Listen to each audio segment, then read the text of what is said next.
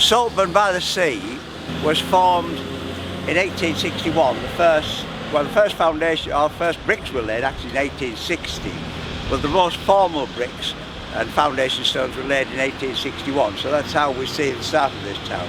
Saltburn, which is the little hamlet down there, was a fishing village, and the reason they gave this name, Saltburn by the Sea, is because there is another Saltburn in Scotland on the Moray Firth. So it had to be differentiated. There was some controversy about calling it Saltburn by the Sea, but nevertheless it became Saltburn by the Sea, and we're so proud of having a town called Saltburn by the Sea. If we were stood here now in 1859, we would look across a series of fields. We would see a lonely farm set over there, which is Rift House Farm, which farmed all the fields that we see in front of us.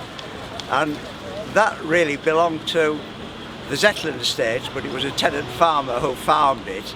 Along came Henry Pease in about 1858. He stayed at Cliff House in Mask. He looked at all this land.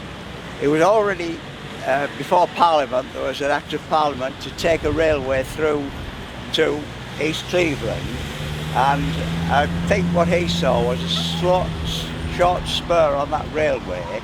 He could build a purpose-built seaside resort, which was the in thing in the 1860s. So as a consequence of that, they amended the plan for the railway going to East Cleveland with a short branch into Saltburn, which was going to be Saltburn by the Sea. The Saltburn Improvement Company was formed, money was put up, and the Stockton and Darlington Railway put out a grand design for the Zetland Hotel, for the station, and for other properties in the town. But then they sold plots of land off to different developers. The 1865, before they laid a formal plan out of the town, but they sold plots of land to the people that wanted to come and develop. So hence, we had a very piecemeal development of the town. And if we look at this map of 1895, and we see the reds marked on it, and these are the properties that were built by 1895. So you can see how little was built by 1895 of Saltburn by the Sea. Since then, it's gradually evolved with various properties being built. So it's a town that's been evolving over many, many years. We have lost some of the buildings, but this represents some of the early buildings. Now, just think about development and speed. We're talking about the HS2 railway starting to work on it about 2018 or something like that. The Saltburn Improvement Company sat down, decided they wanted a big hotel here. Within months, they put out a specification and called for a competition for the design of that thing. And I think William Peachy did sort of an informal design of it to give an idea of what they were looking for.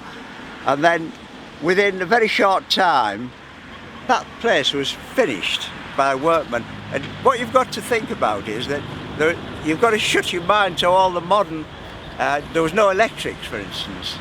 There was no tubular scaffolding. It was all pine poles in tubs lashed together to make a scaffold.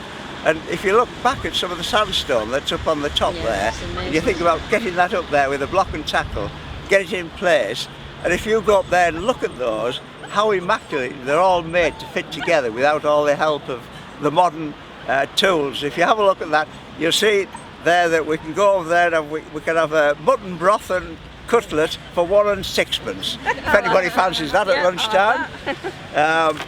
But later on, the magnificent aerial photo of the Zetland Hotel, which shows the formal entrance to the Valley Gardens, which was now been turned into a 2-bedroom holiday flat. A little bit of publicity for the man that rents it.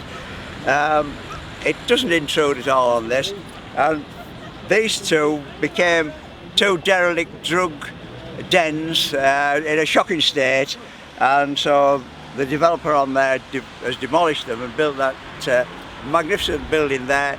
He has called it Mary Martin's Buildings. Now, anybody here know why it's called Mary Martin's Buildings? Eh? No. You keep mouth shut.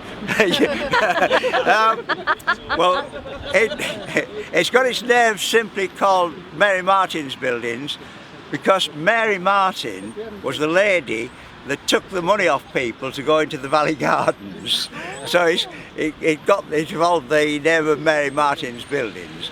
But she didn't live there. What, did she have a little... Well, there was each side, these two here. and there was a little. Yeah. There was one way down. You came down free and went to the beach. The other way, I don't know what it was in the latter days, but in Victorian times, it was 6 old pence to go in the Valley Gardens. That's a lot, isn't it? It was a lot of money. When it was only a halfpenny That's to go right. across the bridge. But when you think about the 6 old pence, it got you some magnificent band concerts. Look at the Italian gardens, and it was called the Pleasure Grounds. Illuminated at night. But what I really go back to saying, there was no electricity until the 1890s in this town. So you imagine they were building the Zetland Hotel, there was no gas either. But when the specification was drawn up, they laid the specification out to put the gas pipes in, prepared for the gas, and put all the gas fittings in, and then eventually they got the gas in, which was manufactured at Moss. And in addition to that, you know, we all pick mobile phones up, we all do these things. You didn't have mobile phones in there. If you were staying in a hotel room in there, you had a bell pull. And that was connected by a series of wires which wended the way through the whole hotel, down to a room where all these little dials were. When one of these waggled and a bell rang, the staff down there saw, oh, I've got to go up to room 28 and see what they want. So somebody had to go tearing up the stairs to see it. The Zetland Hotel itself, the staff lived in the basement. And when you go in the basement's fully kitted out with Yorkshire ranges, rooms for the butler, there was also the wine cellar and the beer cellar. So it was built up over, the staff were down in that dungeon down at the bottom of it is a dark place. And just to settle Callum here, just to settle him down, there is no tunnel. There is no tunnel, I'll repeat that, across from the Zetland Hotel to the Valley Gardens. And if anybody wants to dispute it, come with a proof, please. Right.